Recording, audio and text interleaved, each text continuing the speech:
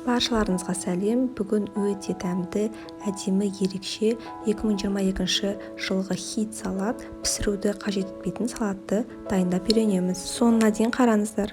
Ең алдымен листья салатаны жақсылап жуып аламыз. Одан кейін қолдың көмегімен осылай үзіп шығамыз. Бізге бір пучок листья салаты керек, пышақпен де кесе беруге болады. Енді бізге осындай корнишоны керек. Кішкентай болса осылай целиком сала беріңіздер. Егер үлкендеу болса 2-3 бөлікке бөліп саламыз. Шамамен 150 грамм осындай огурцы керек болады.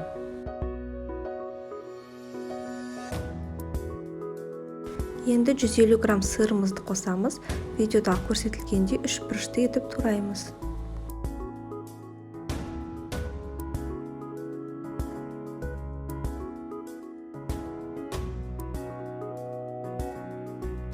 Енді колбасамызды турап қосамыз. Осы видеодағыдай көрсетілгендей тағы да 3 бұрышты етіп тураймыз. Негізі бұл салатқа охотничий колбаски дегенді қосады. Бірақ менде осындай түрі болды, сондықтан осыны пайдаландым. Колбаса, сосиска таңдағанда міндетті түрде КМДБ халал сертификаты барын қолданыңыздар. 200 грамм колбасамыз турап болдық. Енді бізге 2 помидор қажет болады. Видеода көрсетілгендей осылай турап саламыз. Негізі черри помидорын қолданған дұрыс, бірақ осындай болса, осында қолдана беріңіздер. Енді майонезімізді қосып, барлығын жақсылап араластырамыз. Мен 3 столовый ложка майонез қостым. Өздеріңіздің қалауларыңызша қоссаңыздар болады. Тағы да дәміне қарай тұз бұрышты қосып, барлығын жақсылап араластырамыз.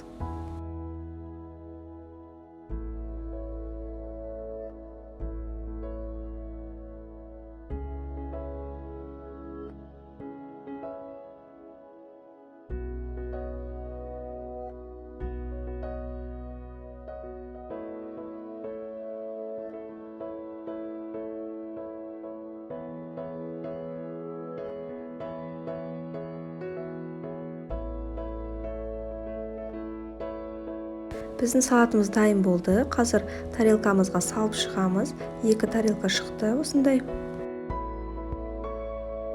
Енді осы салаттың басты ингредиенті чечилді осылай қолдың көмегімен үзіп шығамыз. Салаттың ең жоғарғы бөлігіне осылай қойып шығамыз. Өте тез дайындалады, ештеңені пісірмей, барлығын турап сала саламыз. Дәмі ерекше, дастархан сәнін келтіреді.